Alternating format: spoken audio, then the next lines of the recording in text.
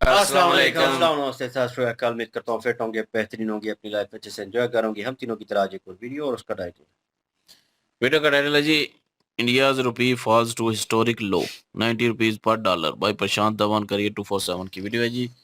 Original video का link video description में होगा। मेरा नाम राणा मोहम्मद, मेरे साथ है मोहम्मद समीर खोखर। मलिक शक्लानी पास हो गए स्लैट्स।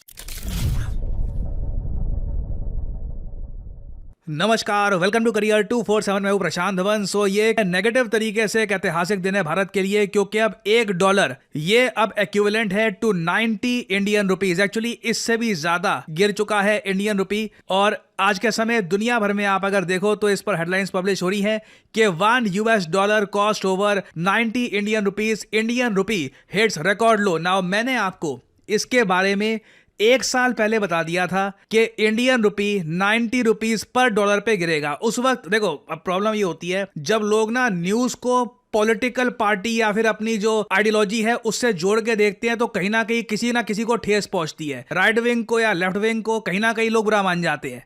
उस वक्त मुझको याद है कई लोगों ने मुझको कहा था कि आप इतनी नेगेटिव बात क्यों कर रहे हो, 90 रुपीज कैसे पहुंच जाएगा इंडियन रुपी, ये तो एक रिपोर्ट में लिखा है, इस पर वीडियो क्यों बना दिया आपने। बट मैं आप सबसे रिक्वेस्ट करूंगा, न्यूज को न्यूज की तरह देखा करिए। As Indians we should all be concerned कि 1 साल पहले जब मैंने ये वीडियो बनाई थी उस वक्त इंडियन रुपी 84 के आसपास था। अब डेप्रिसिएशन इंडियन रुपी की इतनी ज्यादा हुई है, और यहां पे मैं रिपीट कर दूं, इस डेप्रिसिएशन को, इस फॉल को मैंने हर बार कवर किया है, हर बार इस पर वीडियो बनाई है। पहले बनाई थी कि 90 रुपीज तक गिरेगा इंडियन रुपी, बीच में इंडियन रुपी 87 तक आया, तब भी मैंने इस पर वीडियो बनाई। और again, these are not predictions. जो रिपोर्ट्स पब्लिश होती हैं, जो डेटा सामने आता है, उसके हिसाब से मैंने आपको बताया था कि इंडियन रुपी की डेप्रिसिएशन हो रही है। और इसके पीछे काफी हद तक मैं कहूंगा जो भारत पे टैरिफ्स लगे हैं उसका भी बड़ा रोल है। डोनाल्ड ट्रंप की जो टैरिफ वॉर है, इसकी वजह से इंडियन रुपी गिरेगा, ये मैंने आपको पहले बता दिया था। और याद रखिएगा, भारत आज के समय दुनिया का अकेला देश है जिस पर 50% टैरिफ्स लगे हैं, the highest amount of tariffs on any country. अब हम लोगों ने देखिए स्ट्रैटेजिकली डिसीजन ये लिया है कि यूएस अभी इतना ज्यादा ताकतवर है और हम अभी उतने मजबूत हुए नहीं हैं कि यूएसए से इस बात को लेकर हम भिड़ना स्टार्ट कर दें। हम लोगों ने अभी भी बहुत ज़्यादा, आप कह लीजिए, विनम्रता वाली पॉलिसी रखी है। ना भारत ने रेसिप्रोकल टैरिफ्स लगाए हैं यूएसए पर, ना पलट के जवाब दिया है। चुपचाप दुनिया के हाईएस्ट टैरिफ्स आज के समय हमारा देश सह रहा है। अब इससे ऑब्वियसली भारत के जो एक्सपोर्ट्स हैं टू यूएसए, इनमें कटौती आई है। जो डेटा है साफ साफ हमको बता रहा है कि भारत के एक्सपोर्ट्स टू यूएस ये गिरे हैं। ओवरऑल इंडिया यूएस ट्रेड में ही गिरावट आई है, और ये कोई आम गिरावट नहीं है। 28% से भी ज्यादा बड़ा फॉल देखा गया है भारत के एक्सपोर्ट्स पे टू द यूएस। इससे देखिए डेफिनेटली कहीं ना कहीं हमारी अर्थव्यवस्था को नुकसान हुआ है। ग्रोथ रेट हमारी बहुत अच्छी है, ये हमारी इकोनॉमी की ताकत है कि ग्रोथ रेट अभी भी हम बहुत अच्छी पोस्ट कर रहे हैं। मगर आप इमेजिन करके देखिए, डोनाल्ड ट्रंप इतने हैवी टैरिफ्स अगर भारत पे ना लगाते, इंडिया यूएस के रिलेशंस काफ़ी हद तक नॉर्मलाइज रहते, तो इंडिया की ग्रोथ रेट और भी ज़्यादा बढ़ सकती थी। बट अब प्रॉब्लम यह है कि सिंस भारत की चीज़ें अमेरिका में बहुत ज़्यादा महंगी हो गई है ना, हमारे जो एक्सपोर्टर्स हैं इन्हें और मार्केट ढूंढनी पड़ रही है, अफ्रीका में, यूरोप में, जापान में, एशिया के बाकी देशों में। क्योंकि एक्सपोर्ट तो भारत के कम नहीं होने चाहिए, चीज़ें तो हम मैन्युफैक्चर करते रहेंगे, उनको हमें बेचना भी है। तो अब बाकी देशों में जब हम बेचने के लिए जाते हैं, तब इमीडिएटली एक मार्केट में जब आप एंट्री करते हैं तो उस वक्त आपको एक एडवांटेज चाहिए होता है। वहां पर एक गिरती हुई जो इंडिया की करेंसी है, उससे हमारे एक्सपोर्टर्स को कुछ एडवांटेज मिल रहा है, वो अपनी चीजें एक्सपोर्ट कर पा रहे हैं। बाकी ऑब्वियसली अगर मैं एक कॉमन सिटीजन अपनी बात करूं, हम सबकी बात करूं, हम जो ज्यादातर लोग एक्सपोर्टर्स नहीं हैं, हमारे लिए तो ये बहुत ज़्यादा खराब है। रुपी जब गिरेगा तो हमारे हाथ में जो करेंसी है इसकी वैल्यू लगातार कम हो रही है। इससे कल को आप अगर बाहर घूमना चाहते हैं, आपकी फॉरेन ट्रैवल टिप ज़्यादा महंगी हो जाएगी।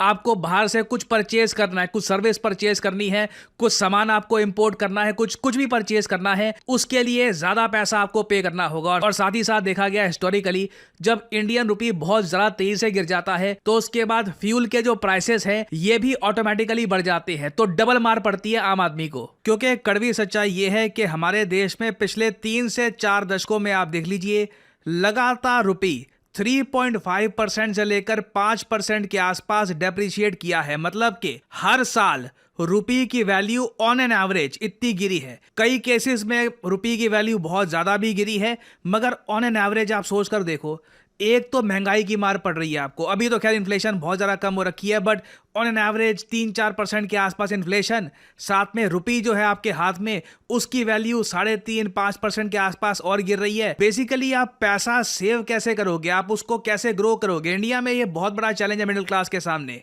और अभी जो रिसेंट डेवलपमेंट हुई है ना, ये बहुत ज्यादा चिंताजनक इसलिए है कि ऑन एन एवरेज जो इंडियन रुपी साल का 3.5% या 5% के आसपास गिरा था, अचानक से 10% गिर गया। और जो मोस्ट रीसेंट डिक्लाइन हमने देखा है 85 से 90 का जो सफर तय किया है, ये तो और भी जल्दी 5 महीनों में ही पूरा कर लिया।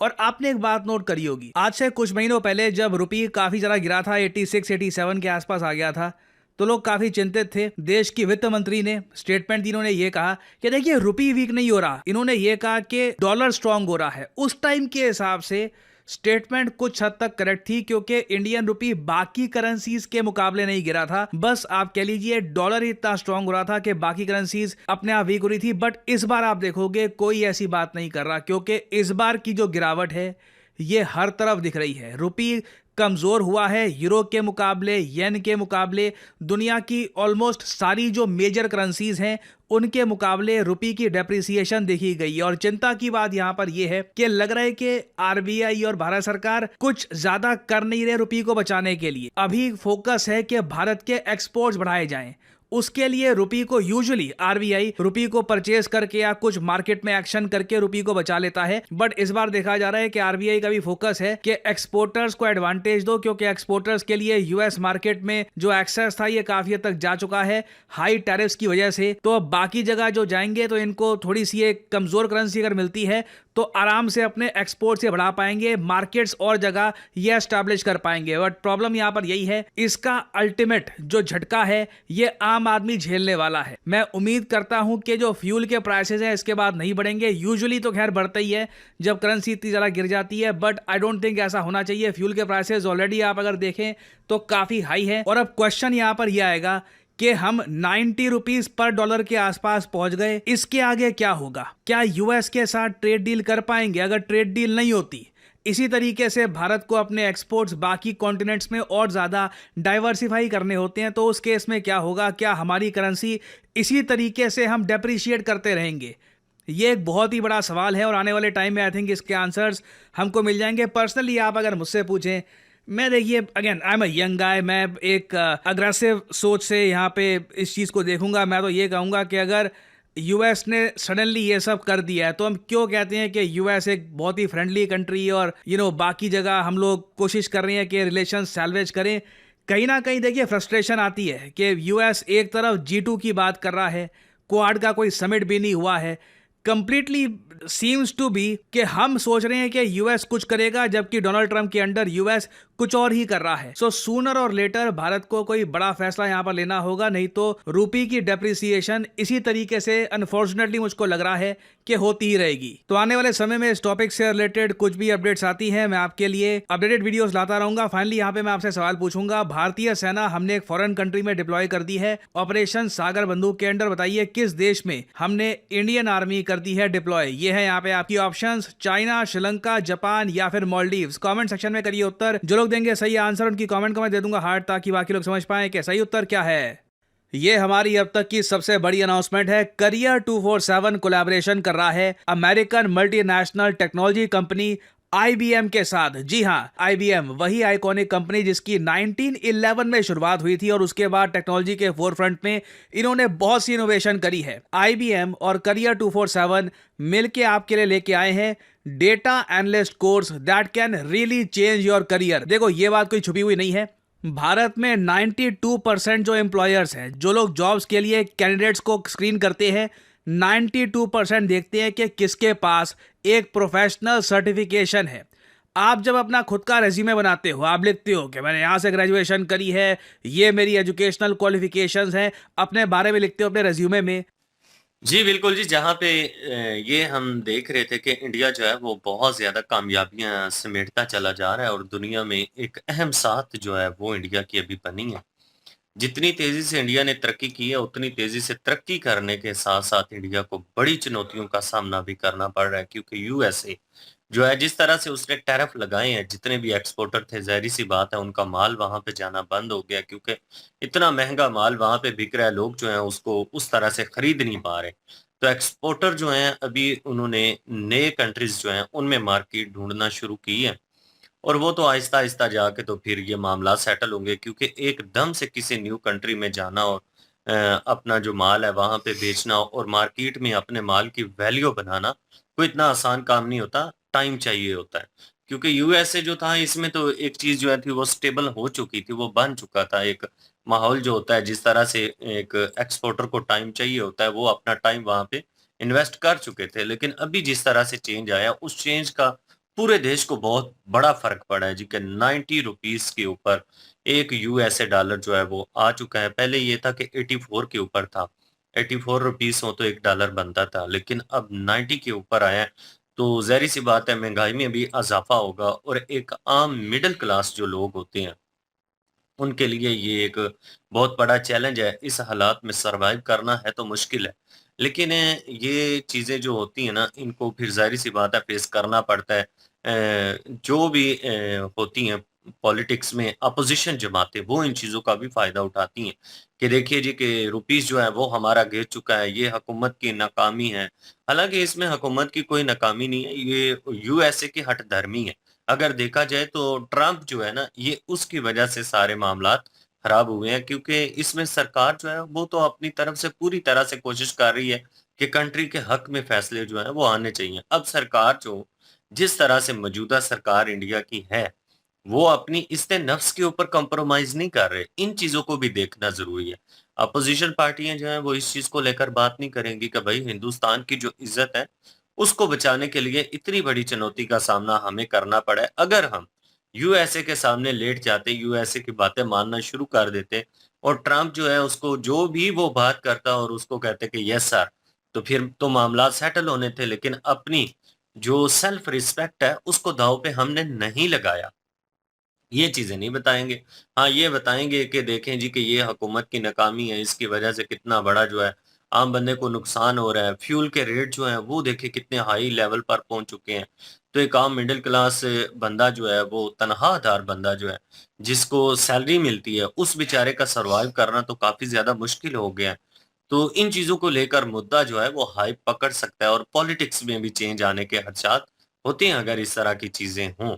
आने वाले टाइम में एक्सपोर्टर जो जो भी हैं वो जिस तरह से मेहनत अपनी कर रहे हैं, दूसरे कंट्रियों में अपनी मार्केटें जो हैं वो ढूँढ तो रहे हैं। नरेंद्र मोदी साहब जो हैं वो भी अपना अहम योगदान अदा कर रहे हैं एज़ अ प्राइम मिनिस्टर। उन्होंने बहुत सारे कंट्रियों के साथ मुतबादल प्लान कर लिए हैं। कोई बात नहीं, मुश्किल टाइम है, मुश्किल टाइम जो होता है वो कभी-कभी आ जाता है। तो इस चीज़ को फेस कीजिएगा, लेकिन ये है कि उम्मीद है कि बहुत जल्दी नरेंद्र मोदी साहब जो हैं वो इस मुश्किल हालात से अपने कंट्री को निकालने में कामयाब हो जाएँगे, क्योंकि जिस तरह से चाइना के साथ नई डील्स हो रही हैं, उसके बाद इटली के साथ हो रही हैं और भी बहुत सारे ऐसे कंट्री हैं जिनके साथ जो बड़ी-बड़ी डील्स हैं वो हो रही हैं। तो हो सकता है कि आने वाले टाइम में जो रुपीस है उसका वैल्यू बढ़ जाए। लेकिन वक़्ती तौर पर ये इंडिया के लिए और इंडियन जो आम लोग हैं उनके लिए एक बड़ी चुनौती का सामना है। बिल्कुल जी। और हम कह रहे थे कि जीडीपी जो है वो बढ़ा है, इंडिया का ग्रोथ रेट जो है वो बढ़ चुकी है और उसमें कोई शक नहीं है। वो तकरीबन 8.2% जो है वो जीडीपी बढ़ी है इंडिया की। इकॉनमी जो है वो बड़ी तेज़ी से तरक्की कर रही है।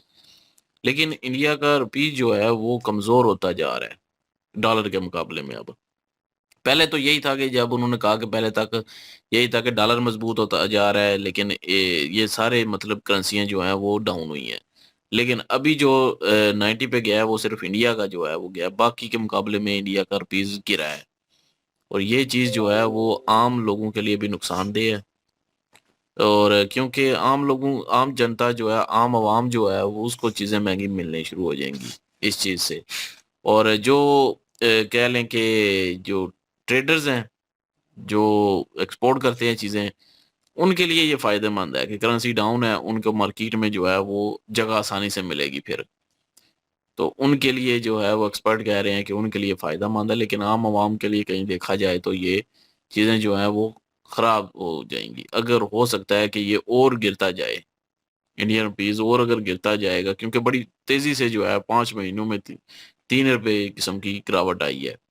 तो अगर और ज्यादा जो है वो अगर गिरता है अगले 5 महीने या 6 महीने या साल में, तो फिर कहाँ से कहाँ जो है वो इंडियन रुपीज पहुंच जाएगा, और इससे इंफॉर्मेशन जो है वो भी बढ़ती है और भी बहुत नुकसान होता है। लेकिन ये ट्रेडर्स के लिए और बाहर एक्सपोर्ट करने के वालों के लिए तो ये एक खुशाइन चीज़ है कि उनको नई मार्केट में एडजस्ट होने का मौका मिल जाएगा फिर, क्योंकि करेंसी जो डाउन होनी है। तो ये सिर्फ और सिर्फ वही बात ये ठीक कहा है कि टैरिफ जो है इतना लगा हुआ है, इंडिया पे सिर्फ लगा हुआ है, वाहिद कंट्री है जिस पर 50% टैरिफ लगा हुआ है अभी। तो वो इस चीज़ पे चल रहे हैं, और जो है रुपीज जो है डॉलर के मुकाबले में या बाकी करेंसी के मुकाबले में डाउन होता जा रहा है, तेजी से होता जा रहा है। एक शुरू में इन्होंने बात की कि जब इन्होंने 1 साल पहले न्यूज़ दी, तब लोगों ने कहा कि ये नेगेटिव बातें ना करो, ये ना करो, वो ना करो। ये न्यूज़ होती है भाई, इनकी बात ठीक है कि न्यूज़ होती है और उस पे सिर्फ बात होती है कि ऐसा हो सकता है या ऐसा हो सकता है।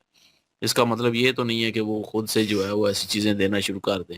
अब डाउन हुआ है तो अब माने सब कि प्रशांत सर को, कि इन्होंने बड़ी अच्छी एक पेशन गोई पहले से ही कर दी थी कि ऐसा होगा, और वैसा ही हुआ। क्योंकि कुछ न्यूज़ ऐसी होती हैं जो लोगों को लगता है कि ये झूठ है जी, ऐसा कुछ नहीं होगा और ना ही होगा, क्योंकि वो सिर्फ एक साइड देख रहे होते हैं, दोनों साइड नहीं देख रहे होते।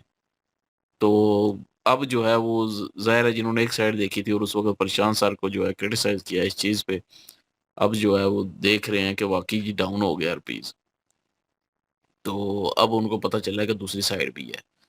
तो ख़ैर, ये न्यूज़ होती है और न्यूज़ कोई भी हो सकती है, न्यूज़ सच भी हो सकती है, बाद में न्यूज़ चेंज भी हो सकती है, इसमें कोई ऐसी बड़ी बात नहीं है। न्यूज़ होती है सिर्फ़ ये। और इन्होंने अभी भी न्यूज़ दी, 1 साल पहले भी न्यूज़ दी। लेकिन ये है कि डाउन हो चुका है, और अब कैसे लेके जाना ये गवर्नमेंट जो है वो देखेगी। नहीं तो आम आवाम के लिए ये मुश्किलात पैदा होंगी अगर और ज़्यादा गिरता है तो, क्योंकि देख लें पाकिस्तान में भी किस तरह गिरा था, तो पाकिस्तान के अब हालात। पाकिस्तान खैर पहले भी हालात ऐसे ही थे जब ठीक था तो, लेकिन फिर भी जो है वो अवाम के लिए कुछ ना कुछ बेहतर था उस वक़्त। हमारी कंट्री करेंसी की तो बात ही ना करें, वैसे गिरी हुई है। खैर वो बहुत नीचे चला गया है। लेकिन इंडियन रुपीज़ का था कि लास्ट कुछ मंथ पहले भी ये चीज़ें डिसाइड हो रही थी कि जो है लेन देन जो है जितना भी वो जो है एक अलग करेंसी जो है वो क्रिएट की जाएगी और उसमें होगा। डॉलर को जो है वो लेट डाउन करने की कोशिश की गई थी, लेकिन नाउ ऑन इंडिया खुद इस चीज़ को जो है वो झेल रहा है। और इन हालात में वो उस चीज़ को कैसे जो है वो अपने पैसे को दोबारा उसी ताकत में और उसी पोजीशन के ऊपर वापस कैसे लेके आता है, ये चीज़ें जो हैं ये देखनी पड़ेंगी। अब गवर्नमेंट के ऊपर अगेन जो है थोड़ा बर्डन तो आया होगा, नो डाउट, और उसके ऊपर अवाम के ऊपर भी आएगा, और अवाम का प्रेशर और ऊपर से अपोजिशन का प्रेशर, ये चीज़ें अब देखनी पड़ेंगी। ये अप्स एंड डाउन्स मेरे ख्याल में ये आते जाते रहते हैं, चीज़ें जंप करती रहती हैं, कंसिस्टेंट नहीं हो सकती, और परमानेंट रखने के लिए भाई आपको बहुत स्ट्रॉन्ग होना पड़ेगा। तो चलें, ये भी एक एक्सपीरियंस होगा, लेकिन प्रशांत सर ने पास्ट की चीज़ें जो हैं थोड़ी रिलेट की हैं और कहा है कि भाई डाउन हो रहा था और मैं बार-बार कह रहा था कि जो है नीचे जा रहा है, और इतने अरसे बाद इतना और नीचे जाएगा। तो गिरावट जो है भाई वो इन चीज़ों के ऊपर उनकी कह लें कि प्रॉपर जो है एक किस्म की नज़र होती है, और तभी वो बंदा जो है वो कह रहे हैं कि मैं एक यंग एज में हूँ, मैं बता रहा हूँ, कर रहा हूँ चीज़ें जो है, और लेकिन लोग जो हैं उसको प्रॉपर वे में सुनते नहीं हैं, देखते नहीं हैं, और ऑब्ज़र्व भी नहीं करते। कहते हैं कि आई गई बात की, और लेकिन नाउ ऑन वो इम्पैक्ट पड़ा है, और ये इंडिया सिचुएशन कैसे हैंडल करता है वो देखने लायक होगा। और बाकी आप क्या ओपिनियन रखते हैं कमेंट सेक्शन ओपन आपके लिए। इनकी ओरिजिनल वीडियो के लिंक भी डिस्क्रिप्शन में मौजूद हो, तो प्लीज़ इनके थ्रू हमें भी सपोर्ट कर दीजिएगा। इंशाल्लाह मिलते हैं नेक्स्ट वीडियो में। अपना ख्याल रखिएगा, दुआ में याद रखिएगा। तब तक के लिए अल्लाह अल्लाह हाफिज़, हाफ़िज़, पीस। पीस।